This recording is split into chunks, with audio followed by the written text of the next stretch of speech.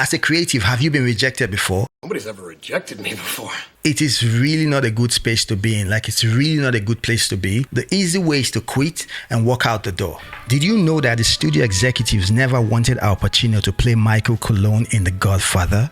In the early 1970s, Al Pacino was a relatively unknown actor, just stepping into the world of film.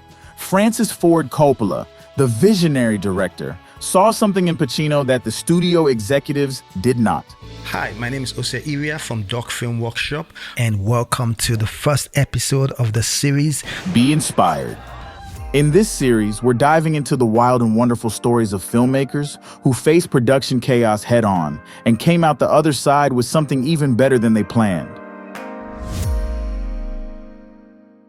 When I was reading the Godfather book, every time I came to a scene for Michael Corleone, I could only see his face in that role. The makers of the film had wanted someone popular at that time.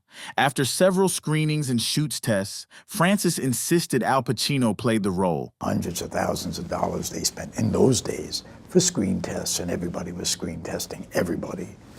Hey, you know what they're gonna do to you? Hey, you know what you do when you knock somebody off? And I kept saying to him, Francis wanted me, and he wanted Marlon. He wanted Brando. And they said, no way you're gonna get Marlon or Al or Jimmy Caan. No way. And he got all three. Hey, Mickey, tomorrow, you get a couple of guys, you go over to Lucas' apartment, hang around, wait for him to show up. Maybe we shouldn't get Mike mixed up in this too directly. The powers that be at the studio, as they were seeing the dailies, were horrified. Not only, they were horrified with everything. They didn't like Brando. They thought he mumbled. They thought it was much too dark. I wasn't moving the camera. Francis had to fight every day to get his vision on the screen. It didn't come easy. I went and visited him on the set. There were various people on the crew trying to take over the production. The man in charge of production didn't feel Coppola was competent.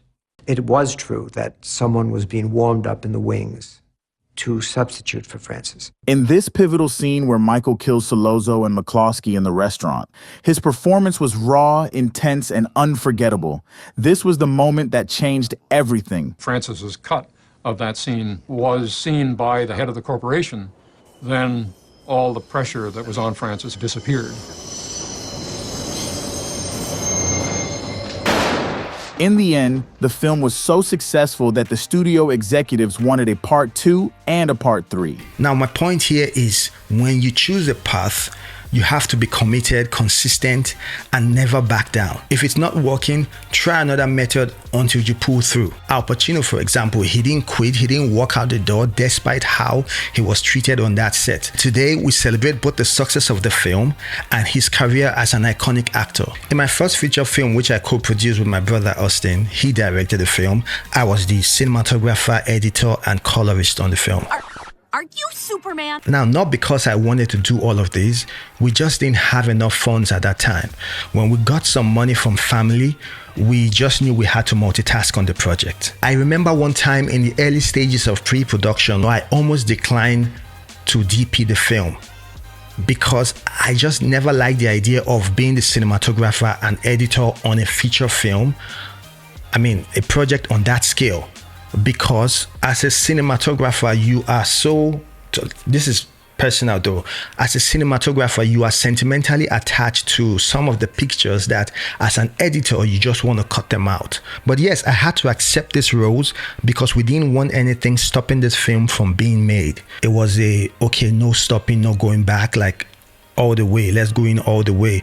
Like whenever we hit a brick wall, we'll just, look for creative solutions around it.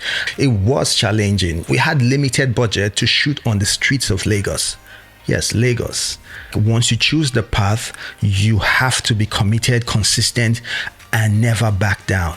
There is no going back. Like, you have to face it all the way. That is how you build resilience in the filmmaking business. What challenge have you faced that turned into an opportunity? Please kindly share your stories in the comments and let's inspire one another. Thank you for your time. If you found this helpful, please give it a thumbs up and subscribe for more filming tips and tutorials. I'll see you next time.